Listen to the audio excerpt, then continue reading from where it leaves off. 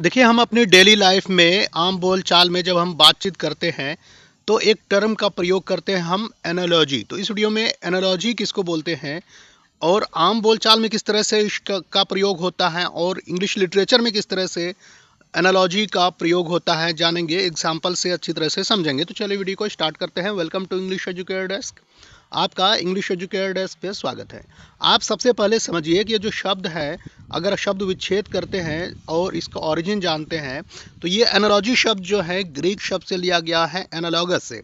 और एनालॉगस का मतलब होता है लाइकनेस या सिमिलरिटी, मतलब एक जैसा कोई चीज होना। तो मतलब वो ये हुआ कि एस्टेब्लिशिंग द लाइकनेस और similarity between the things is analogy. डिटेल से समझते हैं तो एनालॉजी का मतलब होता है a comparison between two things and talking about third thing in a way in which they are similar. मतलब दो वस्तुओं के बीच अधिक समानता या समरूपता दिखाने के लिए जो तीसरी की के तरफ इशारा करते हैं, उसी को हम बोलते हैं एनालॉजी। और इसका हम कहाँ पर प्रयोग करते हैं? जैसे हम अपने आम बोलचाल में इसका प्रयोग करते हैं, इसको हम फिगर ऑफ स्पीच के नाम से जानते हैं। और आम तौर से ये किसी ड्रामा के स्टोरी में, मूवीज़ में, सीरियल्स में, नॉवेल में और कोई भी लिटरेरी वर्क है, उसमें एनालॉजी का प्रयोग होता है एक फिगर ऑफ स्पीच के तरह से। एग्जाम्पल से समझते हैं इसको।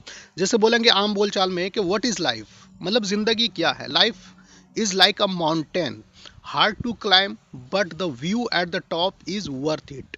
मतलब यहाँ पर बताया गया है ज़िंदगी के बारे में कि ज़िंदगी क्या है, एक माउंटेन की तरह है। तो यहाँ पर मुशाबहत दिखाया जा रहा है, मतलब लाइकनेस या सिमिलरिटी बताया जा रहा है ज़िंदगी को माउंटेन से।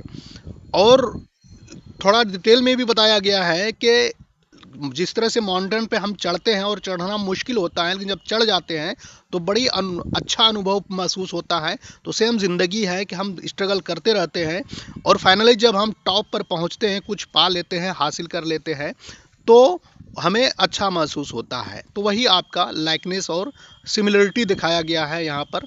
डेली कन्वर्सेशन में, आम बातचीत में हम लोगों से इस तरह से बात करते हैं मुहावरे के तौर पे। क्लियर है यहाँ तक? अब इसको हम इंग्लिश लिटरेचर में समझते हैं। देखिए, इंग्लिश लिटरेचर में भी सेम है जैसा कि मैंने आपको बताया। मतलब यह है कि इंग्लिश लिटरेचर में इसको हम लिटरेरी डिवाइस बोलते हैं या फिगर ऑफ स्पीच बोलते हैं। मतलब that creates a relationship based on parallels, जो कि बराबर के बेस पे हम रिलेशनशिप कायम करते हैं। and by establishing the relationship the new idea is introduced through similarities या familiarities। मतलब उसी की वजह से, उस आइडिया की वजह से हम बात को आगे बढ़ाते हैं। तो वही आपका एनालॉजी है। शॉर्ट में समझिए कि जब आप एनालॉजी का प्रयोग करते हैं तो आपका मतलब होता है किसी चीज़ को कंपेयर करना जनरल कन्वर्सेशन में, आम बातचीत में। इंग्लिश लिटरेचर में एग्जाम्पल है इसका, रोमियो जूलियट है, विलियम शेक्सपियर के द्वारा लिखा गया है। इसमें जो है जूलियट बोलती है कि what is in a name that which we call a rose by any other name would smell just as sweet.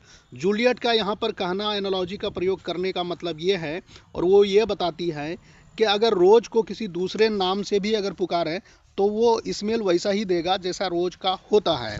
मतलब उसका पॉइंट ये है कि सरनेम अगर मोन्टेग है रोमियो का, और अगर वो दुश्मन है, तो ये कोई मतलब नहीं है, कोई मैटर नहीं रखता है। अगर हम रोज को गोभी बोलें, कैबेज बोलें, तो इसका मतलब ये नहीं है कि वो कैबेज हो जाएगा। एक्चुअल में जो है वो वही रहेगा और स्मेल वैसा ही देगा।